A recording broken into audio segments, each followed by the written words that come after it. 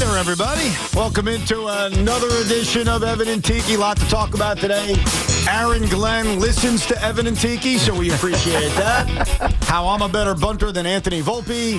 Juan Soto's mistake last night. And the great Connor Hughes will join us at 4 o'clock. Does a great job covering both the Giants and Jets. So a lot of baseball, a lot of football to get to on a very busy Wednesday. How are you, Tiki? I'm fantastic, but probably not as fantastic as you are non-fantastic. What does that mean? 4 losses in a row.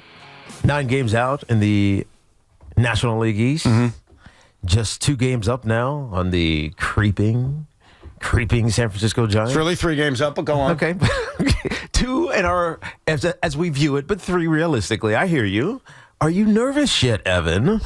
Are you feeling the pressure? Are you getting to where I feared this team would be yesterday, which is not in the playoffs? This is getting bad right now. Because do you want me to? Do you want me? Stop. I know that this team is good on paper. Yeah. We are a talented group of guys. We just got to knuckle down and get right. It's great to say all the right things, but they are not doing any of the right things at the absolute worst time that you could possibly do that. I feel like you just spent 2 minutes poking me. I did, absolutely. I feel like you want me. How can I not poke you? Seriously, you've lost 4 games in a row. Yeah. You just looked. I was going to say inept, but it really wasn't inept because Sean Manaea, as bad as he was in inning 1 and 2, really locked it down after that. He got 5 innings. Yeah, he did. I mean, that's an accomplishment. Yeah. It's not great, but whatever. It's an accomplishment given where we thought this thing was going to really get crooked after the first couple of innings. But the reality stays the same. Even when they made it 4-1, you start to feel like, all right, there's a chance. There was never a chance. This team does not hit when it needs to. No. And Juan Soto, as great as a season as he has had, and I know it sucked early, and our narrative is still it's been underperforming. He's actually had a really great season. Sure. You can't strike out 3 times. No, he couldn't hit Ranger Suarez. He never has. Suarez dominated him. It was another bad night, and here's what I'll admit to you, Tiki, because if you are looking for me to decide that on September 10th, I'm going to be full-blown panic mode, the Mets are going to miss the playoffs, and Frank the Tank you, I'm not there yet. But what I will admit is that sitting there for 2.5 hours last night, and then, because, hey, they're in a pennant race, watching Diamondbacks Giants and Reds Padres until 1 o'clock in the morning, I do have to admit, and I think we all need to at least admit, that another brick is being put on the fire of concern. I'm not there to tell you the Mets are going to miss the postseason. And the biggest reason why I still don't believe they'll miss the postseason has more to do with the math and everyone else than it does them. Yeah, we did the math yesterday. All these teams got to get to 84 wins or whatever the number is. I think we decided. I think it's 84 wins, which means the Mets just have to win 9 more games. Right. And I don't think the Mets with 17 to go are going to lose 14 out of 17. All right, I'm not that much doom and gloom. Am I confident they're going to win 15 out of 17? I'm not that either. But I guess the reason why I still remain relatively calm is that I don't think the Giants, who have played great baseball lately, are going to destroy the Dodgers when they see them 7 times. Yes. I don't think they're going to continue to do this. And so I'm not trying to instill confidence in Met fans because I've said nothing about the Mets. I'm literally explaining why I think they're going to make the playoffs. That has nothing to do with them. But even in a disheartening loss last night, it's bottom line time. You just have to make the postseason, and I still think they're going to make the postseason. I hope they do, but I can see a collapse coming. I can see them getting swept in this Phillies series. And yes, it's all dependent upon what the Reds do and what the Giants do and the Diamondbacks and all those other teams that are chasing them right now. But it almost feels like we're talking about the Giants and the Diamondbacks and the Reds. We're not talking about the Mets. Well, because there's little reason to believe that the Mets in these last 17 games are going to go win 12 out. And so it feels like a back-end situation is coming. It may be, but I don't care if it's a back-end. Like, my goal right now is just make the freaking playoffs. Yeah, just make the playoffs. They played 162 games, or at least when this season is over, they'll have played 162 games. I always hate when people say, oh, they backed in, or I don't want to back in, or that. If you made the playoffs, you made the playoffs. That's all that matters. And so that's all that matters. Because once you get there, everything starts anew. It all starts over whether you win 102 games or you win 85 games. And we've seen examples of both. So I look at this team right now, and of course I'm concerned. They haven't played consistently good baseball in months. But it is a bottom line world now. They're not winning the NL East. They're not winning 90 games. I said this to you yesterday, I believe it. The regular season is a lock to be a disappointment. Yes. There's nothing that can change that. So just get in. Yeah. Here is the one thing that you should be optimistic about. And I know some people talked about this yesterday or a couple of days ago about firing your manager. Mm-hmm. I don't think that is anywhere on the table. And it simply comes down to what I mentioned earlier with Sean Manaea.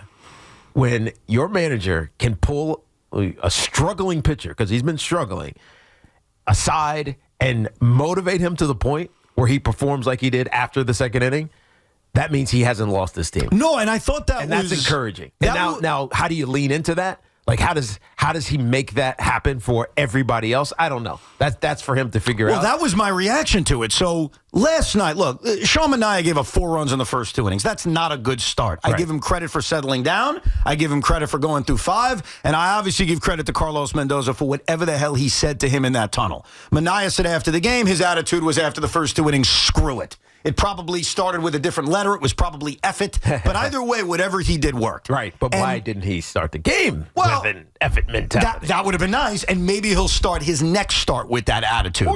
Or maybe Mindy needs to start doing this for all these guys. Well, that was my thought. So after Manaea starts settling down, my thought was, why can't Carlos Mendoza go up to every freaking guy on this team and give him the same speech? Not everybody, but the guy who needs to perform in the moment. Well, that's everybody. No, it's not. I mean, is it? Yes, because right now, Francisco Lindor has been struggling since the second game against Cincinnati. All right, so your first 3 hitters, let's do that, and then your starting pitcher. Yeah, like everybody. No, the entire team, bro. Yeah, I think your right fielder's okay, chilling. No, he's not. It was Nimmo last night. No. Soto's the right fielder, and he struck out 3 times yesterday. Left fielder.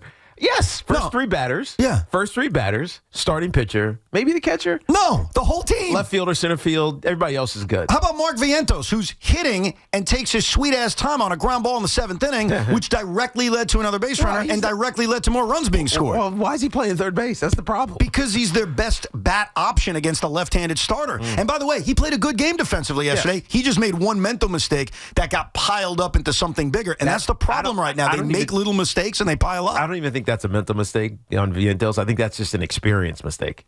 Of not knowing the base runner? Just not knowing I can't lollygag here.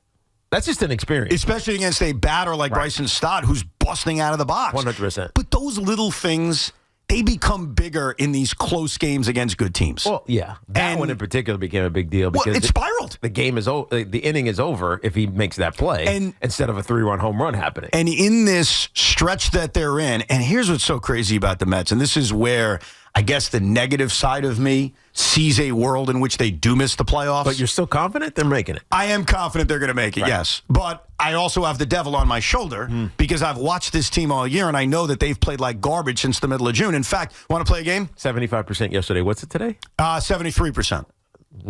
Okay. Yeah. It went down. Right. Just barely. But I'm still 73% confident they're going to make the playoffs. That's small. I thought it'd be like 15%. No, 15%? Yeah. Oh, like down to 60%? Yes. You know what? It's getting there. I think they lose again tonight. That may be the case. Right. The Giants are playing this afternoon. If the Giants win this afternoon, without the Mets ever playing another game, it may drop a little bit. But here's what concerns me, and you can play this game because it's fun, and you would get into the weeds on this. If you look at the Mets schedule and what they've done since the beginning of the season, find me a 20-game stretch in the last few months where they've played really well. And what I mean by that is baseball has lots of ups and downs. We all know that. Yeah. They've had literally no ups since June. Their ups that they've had have been quick. Like they had a 7-game winning streak, but then it went away quickly. Right. So that was the beginning of June. What I would defy you to do is since the middle of June, find any 20-game stretch you want, because that's the beauty of baseball. You could pick a date, say, what's your record since that date? Pick any stretch of games you want. You will not find a consistently good 20-game stretch, which shows you this team. Do it. Yeah. I mean, you can't find it, bro. Perhaps the early mid-July, with the Kansas City series. Yeah, do the math. Tell me what it was. Dude, it's not going to add up. The problem is once you get to 20, like there's a stretch where it was really good for about 15 games. That's my point. And then you lose 4 to 5 in a row. They have not had a stretch of baseball. And the reason I say 20 is that's 3 weeks. All right? I'm not talking about a week. Yes, they've had good weeks. I'm talking about a consistent stretch where they've played well. Right. And that's why they're even in a wild card race. They brought this upon themselves with the way they've played. Now, I still think the teams that are chasing them are not going to do enough over these 17 games to catch them. So my confidence in the Mets making the playoffs is mostly based on the kind of the mountain they created, they put in front of other teams, and the hole those other teams created. It's not about the way they're playing. How can I say that? Lindor hasn't had a hit in 5 games. Like, they're not playing well.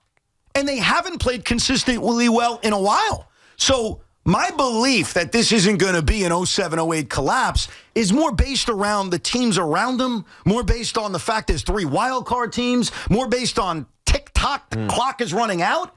It's more that than belief in the team. Because right now it's tough to believe in the team. It's based on the Tommy Lugauer world of positivity. What do you mean? I've said nothing positive. I know.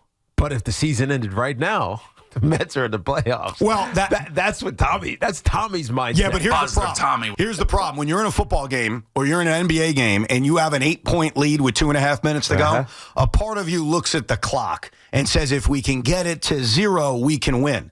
But what if that other team goes on a 10-0 run? The Mets are allowing the possibility that if the Giants prove me wrong and they do beat the Dodgers 5 out of 7 times and they do finish this season winning 12 out of 17, they're at least allowing the possibility that 8-point lead with 2.5 minutes to go is going to go away. Yeah.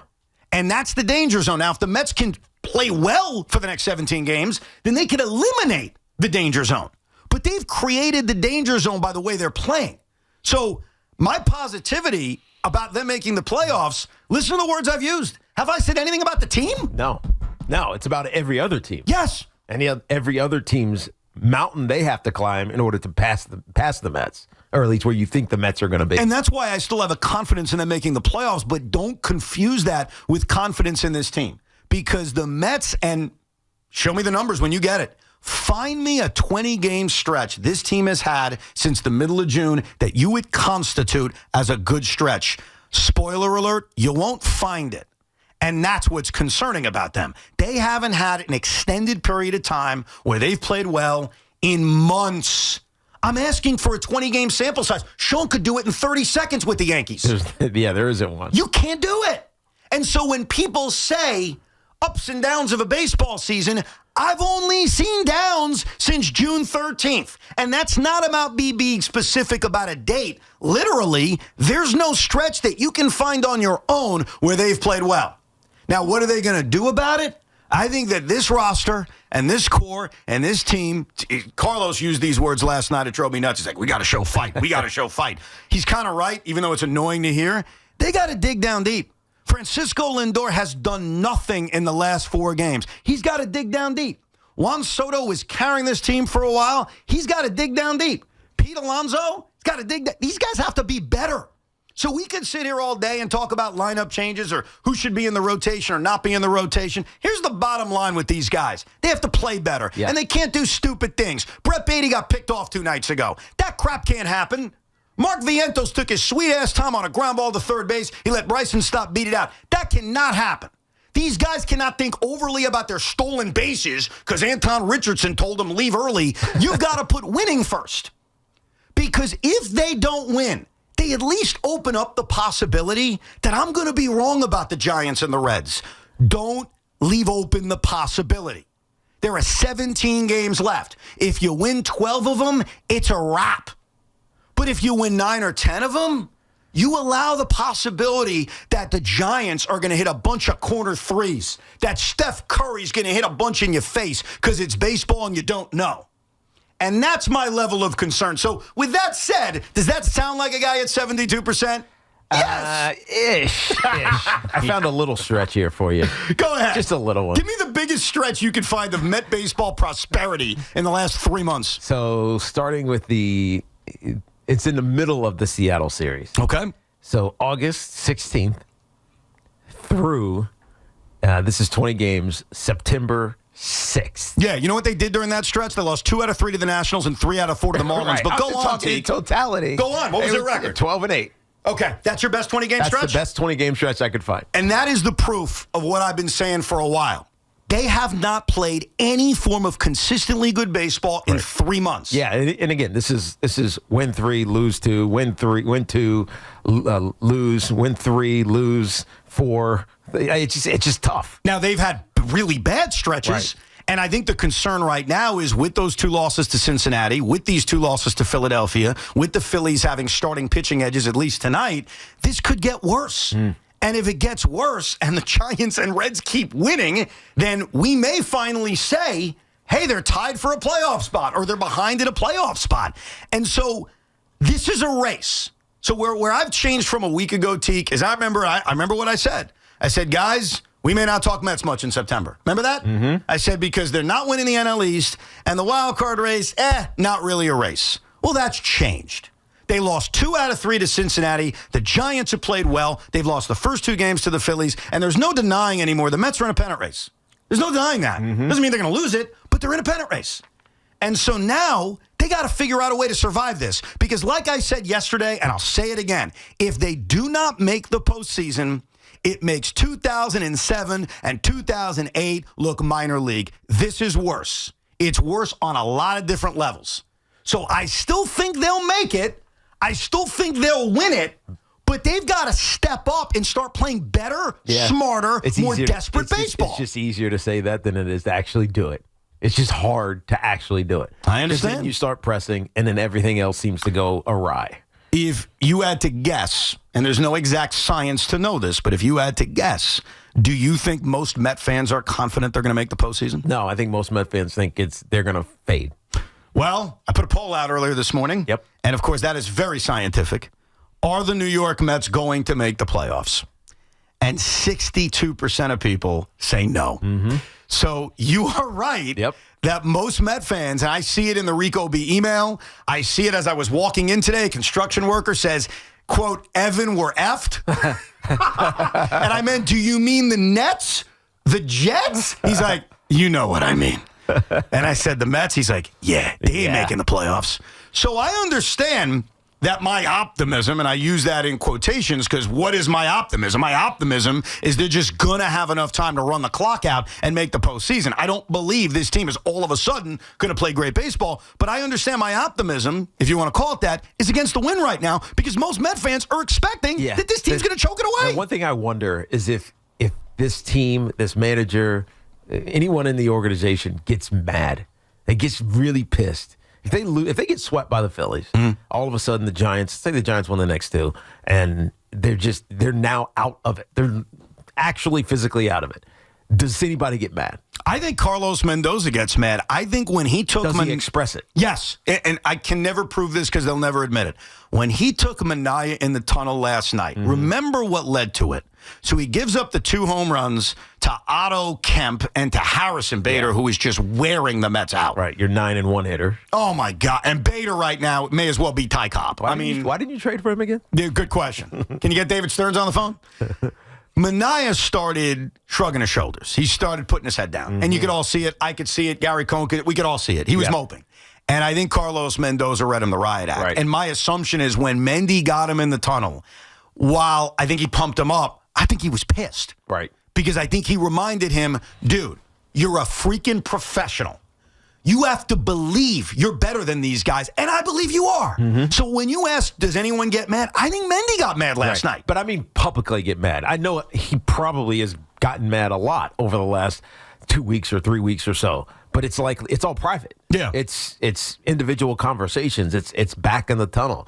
It's not publicly expressed ire at how this team is playing. Don't you agree that the public expression of anger only does us a benefit and not the actual players? Of course, but it's not going to hurt because not doing it publicly is not helping. No, what he does publicly is the same thing he did in June, which is we got to fight. We know how good we are. We got all this talent. It's quasi Aaron Boone. Right. He's stating the obvious, but what's happening on the field is not what he's stating. Right. And so you have to do something different, don't you? Well, and the answer is probably yes, but then you cross a line. And once you cross that line, that's when things could either coalesce or completely fall apart. Well, right now, it's falling. The Mets have lost 4 in a row. Their lead in the wild card race is down to a measly 3 games, and most Met fans believe they're going to complete the choke and miss the playoffs. We'll get your calls next, 888-808-1019.